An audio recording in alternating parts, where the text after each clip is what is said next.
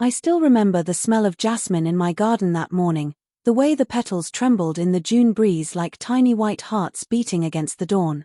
I was 63 years old, standing in my kitchen with a cup of tea growing cold in my hands, watching the sun paint gold across the countertops my late husband had installed 30 years before.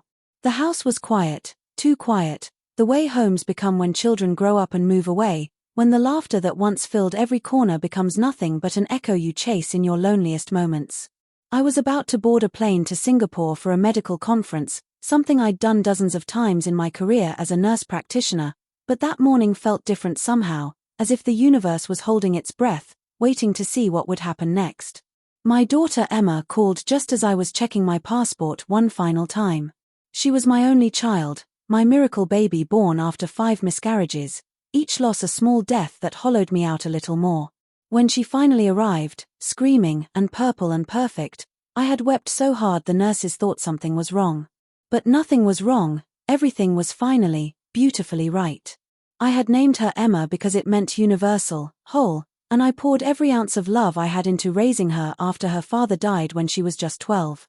Cancer took him slowly, cruelly, and I watched the man I loved disappear by degrees until there was nothing left but bones and breath, and then not even that. So it was just Emma and me against the world, and I worked double shifts, triple shifts, sold my jewelry, my car, anything to give her the life she deserved, to send her to the best schools, to make sure she never felt the sting of poverty that had marked my own childhood. "Have a safe trip, Mom," Emma said that morning, her voice light and airy like a song I couldn't quite place. She was 35 now, married to Richard, a financial analyst with perfectly styled hair and a smile that never quite reached his eyes, the kind of man who calculated everything, even his affection. They lived in the house next to mine, the one I'd bought for them as a wedding present, using most of my savings because I wanted my daughter close, wanted to see her happy, wanted grandchildren I could spoil and hold and love the way I'd loved her. But the grandchildren never came, and lately, Emma's visits had grown shorter, her excuses more elaborate, her eyes always sliding away from mine whenever I asked if everything was all right. The flight to Singapore was supposed to be routine, just another journey across the Pacific, another collection of hours suspended between earth and sky. But 2 hours into the flight, something went catastrophically wrong. I remember the sudden drop, the way my stomach lurched into my throat, the oxygen masks tumbling from the ceiling like strange yellow flowers.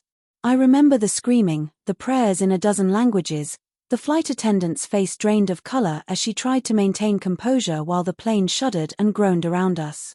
I remember thinking about Emma, about how I'd never told her enough that I loved her, how I'd been so busy working, so busy providing, that maybe I'd forgotten to just be present, to just sit with her and listen. I clutched my armrest and waited for the end, making peace with the sky that was about to swallow me whole. But we didn't crash. The pilot, a miracle worker whose name I would later learn was Captain Chen, managed to stabilize the aircraft through sheer skill and determination that bordered on the supernatural. We made an emergency landing in Manila, the plane hitting the runway so hard my teeth rattled, but we were alive, gloriously, impossibly alive. The airline immediately confiscated our phones, herded us into a secure area, told us they needed to investigate before any information was released. There had been casualties, they said, injuries, but they weren't giving names yet, weren't confirming anything. The news outlets were reporting the flight as having crashed into the ocean, all souls lost, and the airline wanted time to correct the narrative before families were unnecessarily traumatized. It would take 48 hours, they said, maybe more, to sort through the chaos and release accurate information. I was exhausted, shaken, my hands trembling so badly I could barely hold a cup of water. They put us up in a hotel near the airport, offered counseling, apologies, explanations that meant nothing in the face of what we'd just survived. I fell into bed still wearing my clothes, still smelling like recycled air and terror, and slept the sleep of the dead, which is to say, I slept without dreaming, without moving, without knowing if I would ever wake up. When I finally did wake, nearly 20 hours later, the airline had arranged transport back home for those of us who were uninjured. I still had no phone, no way to contact Emma, but they assured me that families would be notified properly now, that the terrible mistake in the news had been corrected. I just wanted to get home, to see my daughter, to hold her and be held and remember what it meant to be safe. The second flight was a blur of exhaustion and residual fear, every small bump in the turbulence making my heart race, my breath catch. But we landed safely in Los Angeles, and I took a cab home because I hadn't been able to reach Emma to pick me up, because my phone was dead and I was too tired to find a charger, too eager to just be home. The cab pulled up to my street just as twilight was settling over the neighborhood, painting everything in shades of purple and gold. And that's when I saw them, Emma and Richard, standing on my front lawn with a real estate agent I recognized from signs around town. They were laughing, the three of them, actually laughing, and Emma had her head thrown back in a way I hadn't seen in years, pure joy radiating from her like light. I paid the cab driver with shaking hands and walked up the path with my small carry-on bumping against my leg, each step feeling like I was wading through deep water. "Emma!" I called out, my voice hoarse and strange to my own ears. The color drained from her face so fast I thought she might faint. Richard stumbled backward, actually stumbled, his polished shoe catching on the edge of the walkway. The real estate agent looked confused, glancing between us like she was trying to solve a puzzle with missing pieces. "Mom," Emma whispered, and the word sounded like an accusation. "But they said the plane, everyone died." I stood there in the gathering darkness, looking at my daughter, at the shock and something else in her eyes, something that looked horribly like disappointment, and I felt the ground shift beneath me in a way that had nothing to do with airplane turbulence. "We made an emergency landing," I said slowly, watching her face, watching the way Richard's hand tightened on her shoulder. "The news got it wrong. What's going on? Why is there a real estate agent here?" The agent, bless her, had the grace to look uncomfortable. She cleared her throat and excused herself, practically running to her car. Emma and Richard stood frozen, and in that moment of terrible silence, I understood everything. I understood why Emma had been distant, why she'd stopped asking me for advice, why her visits felt like obligations rather than choices. I understood that I had built my whole world around her, and somewhere along the way, I had become not a mother but an obstacle, not a parent but a burden with assets they were waiting to inherit. "We were just..." Richard started, but Emma cut him off. "You were supposed to be dead," she said, and even now, months later, those words still cut like glass every time I remember them. Not relief that I was alive, not joy, not gratitude, just that simple, devastating statement of fact. The news said everyone died. We were planning. The house, your savings, everything. We have debts, Mom, you don't understand. Richard's investment went bad, and we need. You need my death, I finished for her, and my voice sounded like it was coming from very far away.